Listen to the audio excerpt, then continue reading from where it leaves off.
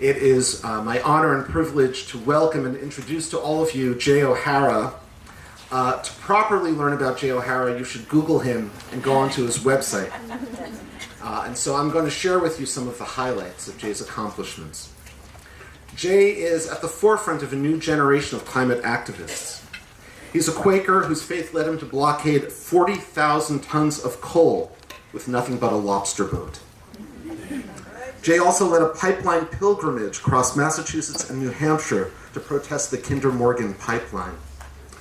He is a co-founder of the Climate Disobedience Center, which you can find online. And last October, he joined a team that shut down 5 pipelines carrying crude oil from Canada's tar sands. Jay's powerful action springs from his deep connection to Quaker tradition. And so it's in that spirit, as well as the unifying spirit that joins us all, that I welcome us to enter a period of silence. And I invite us to listen deeply within that silence, and then Jay will speak from within that silence.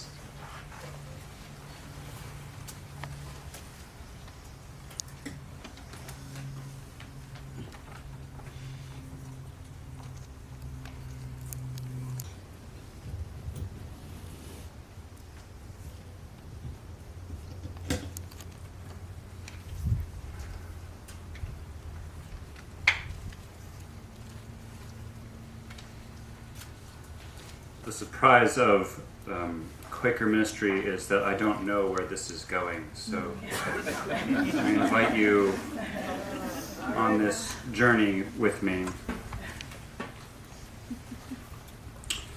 Thank you for having me, and thank you for this beautiful, glorious day.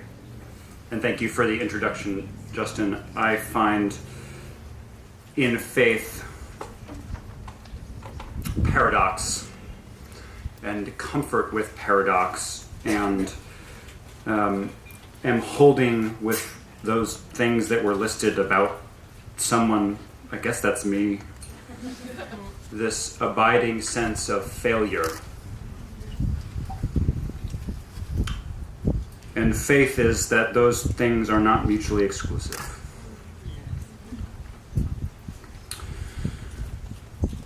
I am grateful for the words that the choir opened us with this afternoon, that it doesn't matter if you should jail us.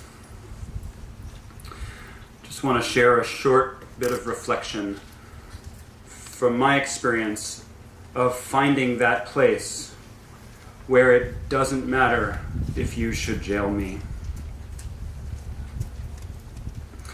At our best, my tradition, the Quaker tradition, and I'm sure it finds its way into many, if not all, of our traditions, is a story of faith that answers the question, how am I supposed to live? How can I find a way to be in the world that is without fear of jail or death or reprisal or losing my identity, or losing my sense of what I think is important, or losing my social standing, but to find some other basis, some other rock to found our lives upon, rather than the fleeting, temporal, and indeed deeply problematic, socialized, civilized, so-called civilized world we find ourselves in. I bring here a plea, as ironic as that may seem, a plea not for more activism, but deeper faith. I am convinced what is blocking us from the turning we truly need is not our busyness and not our activities or our copious petitions and email writing.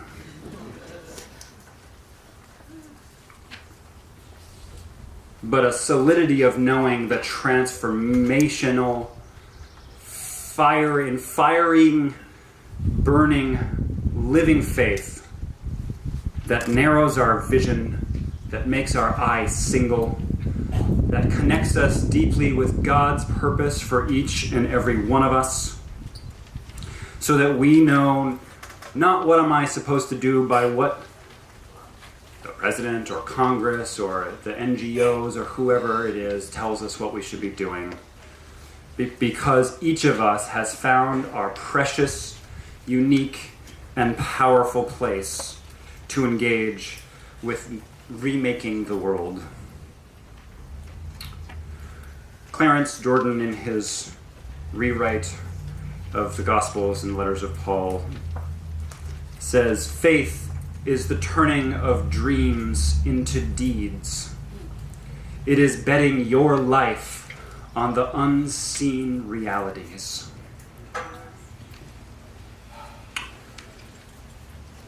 I just want to give a moment, a nod to what some of our unseen realities are.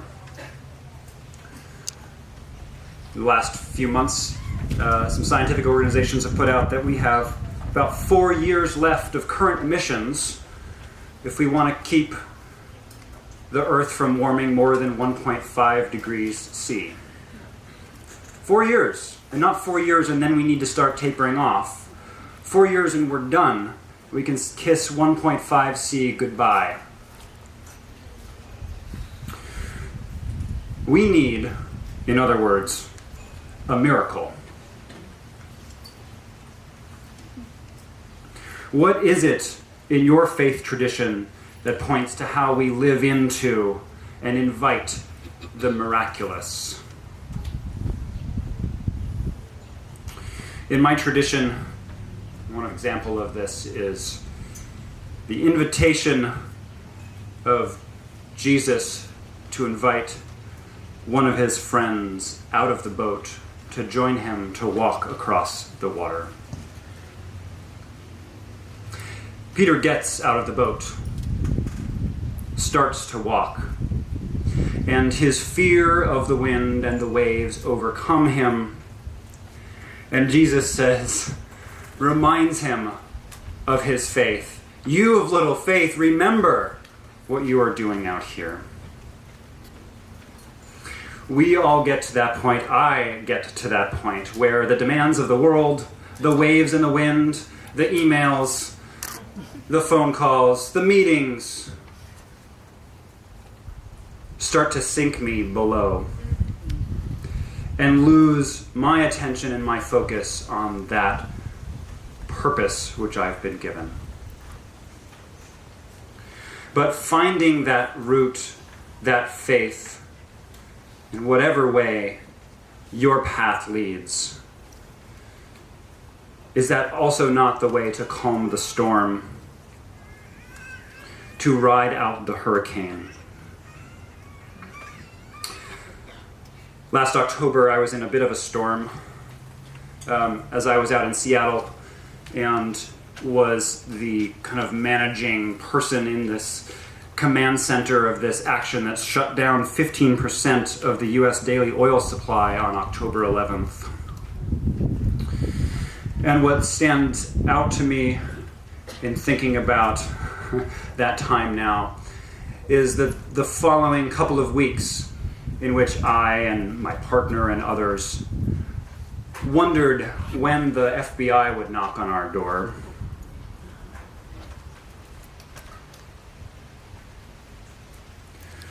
For some, it was a fearful wondering. For me, it was a calm curiosity. I knew I was in the place I was called to be. I knew I was doing the job that I was given to do. And I had some faith, some hope, some prayer that in doing so, in letting my life live out the reality of what we know is necessary, of what I know to be necessary, that the change might not come, but might be made possible.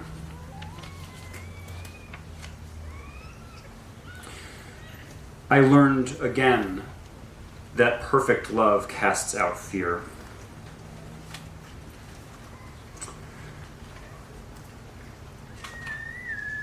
Faith in these times is putting our whole being into unity so that our outward life reflects the inward truth we know. The truth we know as we find it in our hearts, and the truth we know as we find it in the published journals of scientists around the world, and the truth as we find it in our ancient texts.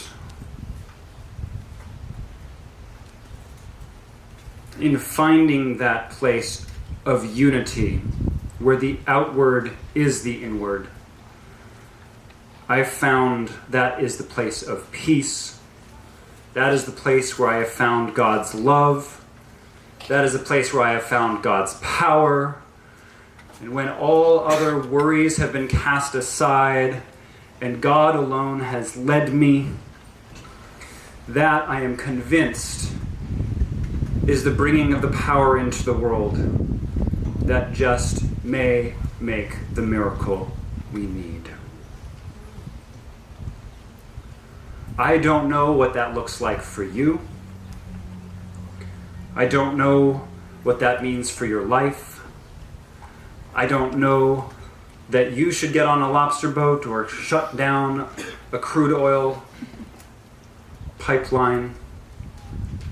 It may well be that your job is to be in the soup kitchen. It may well be that your job is to be caring for those who are in jail and caring for their families. It may be that you are the one who is there to faithfully bring the potluck dish. I don't know what your role is, but for each and every one of us, I am convinced that God has a special and unique and important role. I pray that in each of us finding ours to do and setting aside those things that have kept us from it, we may open that space for that miracle to occur. That's what we need now, friends. A miracle. Let's make it happen.